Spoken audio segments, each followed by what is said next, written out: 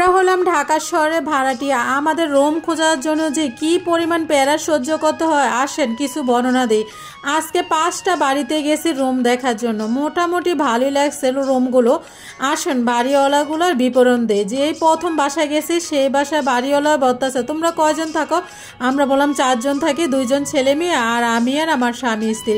পরে বলতেছে না না বাচ্চা কাচ্চা নিয়ে একদম ভাড়া দেওয়া যাবে না, বাচ্চা কাচ্চা খুবই ডিস্টার্ব করে, চিল্লাচিল্লি করে, কারিগর নোংরা করে। না না হবে না হবে না। পরে কি আর করা, যাক এই বাড়িতে থাকা হবে না, এই বাসা থেকে বের হয়ে গেলাম। যাই হোক, যা পরে যে বাসায় গেলাম সেই বাসায় বাড়িওয়ালাটা বলতেছে যে কজন থাকো কোনো সমস্যা নাই, কিন্তু বাড়িতে কোনো গেস্ট আসলে সে যেন 1 সপ্তাহ বেশি না থাকে, কারণ পানির বিল হবে, গ্যাস বিল হবে। আমি ভাই এত বিল টিল দিতে পারবো না, এই জন্য আমি বলে দিলাম যে 1 সপ্তাহ বেশি যেন কোনো গেস্ট যেন আপনাদের বাসায় না থাকে। আমার মনে হলো যে বাড়িওয়ালাটা বেশি সুবিধার না, তারপর বের হয়ে গেলাম। এই বাসাতে আমার থাকা হবে না সেটা বুঝে গেলাম। তারপর কি করলাম, 3য় নাম্বার বাড়িতে গেলাম। তো উনি আমাকে বলতেছে যেভাবে ইচ্ছে সেভাবে ফ্রিলি ভাবে থাকো, কোনো সমস্যা নেই, যত মেহমান আসুক 1 মাস 2 মাস সাপ্লার দিয়ে থাকো, যেমনি থাকো না কেন তাতে কোনো সমস্যা নেই।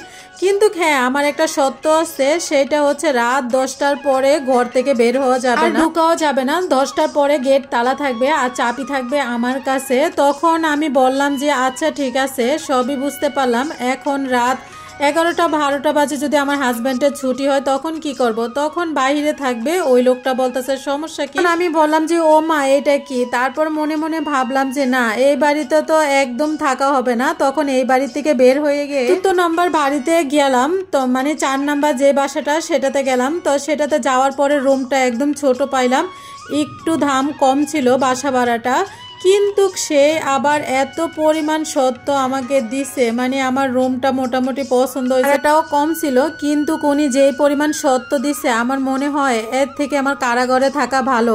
বলতেছে ছাদে যাওয়া যাবে না, জামা কাপড় বারান্দা শুকানো যাবে না। তাহলে শুকাবো কোথায় জামা কাপড়?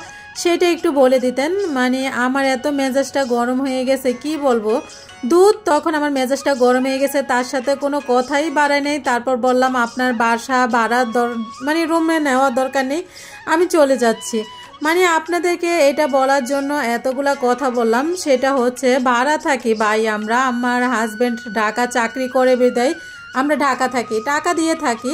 তো টাকা ছাড়া তো থাকি না, যে এই না যে আপনি মাসের পর মাস আমাদেরকে রাখতেছেন। এত সত্য কেন দেন ভাই, আপনারা বুঝি না। আমার বাড়ি কিন্তু মানে ঢাকার পাশে, আমার হাজব্যান্ডের যেহেতু দোকান, তো আমরা এই জন্য শনি একরা এদিকে থাকতে হয়। তো ভাড়াটি ভাষায় থাইকে যে কি পরিমাণ পেয়ারাতে থাকতে হয়। যাই হোক 5ম নাম্বার যে বাড়িটা সেই বাড়িতে গেলাম। সেই বাড়ির বাড়িওয়ালা অনেক বেশি ভালো ছিল, মানে আমার বাবার বয়সী ছিল।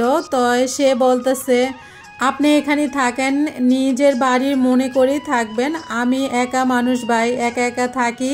তো ফাইনালি ওই বাসাটা আমরা নিয়ে নিছি। তো আজকের ভিডিওটা এই পর্যন্ত। কি ভিডিওটা যদি ভালো লাগে তাহলে অবশ্যই ভিডিওটা লাইক শেয়ার করে পাশে থাকবেন। তো সবাই অনেক বেশি ভালো থাকবেন। কথা বলতে বলতে আমার প্লেট খাবার রেডি। আজকের মতো এই পর্যন্ত। আল্লাহ হাফেজ।